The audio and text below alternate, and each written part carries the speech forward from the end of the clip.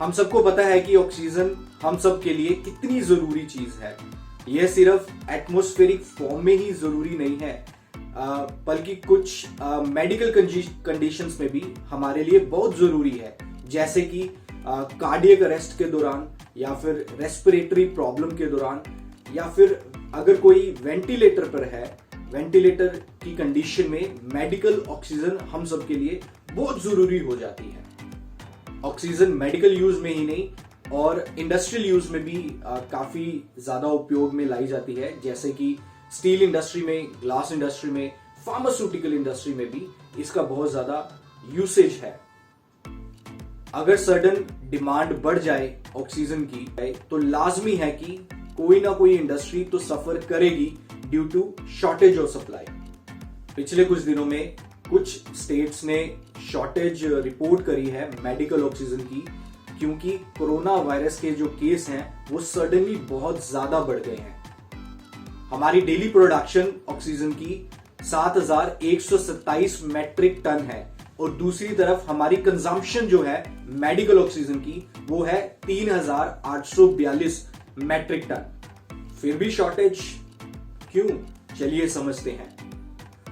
Manufacturer जो होते हैं वो ऑक्सीजन को प्रिपेयर करते हैं लिक्विड फॉर्म में, जिसको स्टोर किया जाता है जंबो टैंकर्स के अंदर।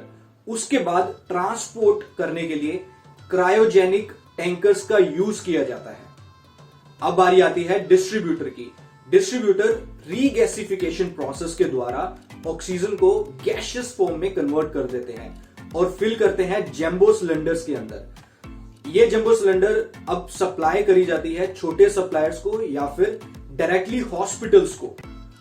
कुछ एक्सपर्ट्स का मानना है कि जो कोरोना वायरस के केस ड्रास्टिकली इंक्रीज हुए हैं, जिसके कारण ऑक्सीजन, मेडिकल ऑक्सीजन की जो डिमांड है वो भी एकदम से बढ़ गई है। इसको फुलफिल करने के लिए सिलेंडर और टैंकर्स, जो स्टोरेज और ट्रांसपोर्ट में काम आने वाली चीजें हैं, उसकी हमारे पास पर्याप्त मात्रा नहीं है। एक तरफ मेडिकल ऑक्सीजन की डिमांड बढ़ गई है क्योंकि कोरोना वायरस के केस ड्रास्टिकली इंक्रीज हुए हैं, दूसरी तरफ ट्रांसपोर्टेशन और स्टोरेज के लिए जो चीजें चाहिए उसकी पर्याप्त मात्रा नहीं है, जिसके कारण हमें यह प्रॉब्लम देखने को मिल रही है। इस चीज को ओवरकम करने के लिए पेट्रोलियम एंड सेफ्टी ऑर्गेनाइजेशन जो है, उन्होंने आदेश दिया है कि आर्गन और नाइट्रोजन टैंकर जो थे उनको कन्वर्ट करके ऑक्सीजन टैंकर में यूज किया जाए। इंडस्ट्रियल यूज के लिए जो ऑक्सीजन यूज में आती है उसके ऊपर रिस्ट्रिक्शन लगा दी गई है। अब कुछ ही इंडस्ट्रीज को ऑक्सीजन प्रोवाइड करवाई जाएगी फॉर अ टाइम भी, और बाकी जो ऑक्सीजन है वो मेडिकल यूज में ली जाएगी। गवर्नमेंट ने pressure swing absorption plant setup करने की सोची है।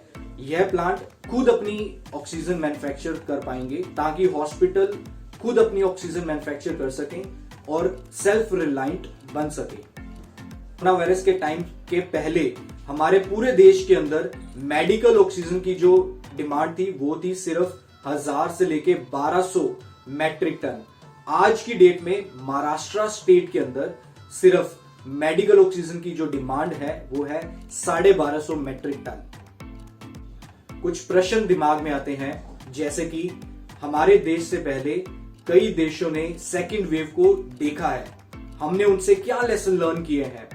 दूसरा, रिसोर्सेज की कमी के कारण किसी भी व्यक्ति की जान क्यों जाए।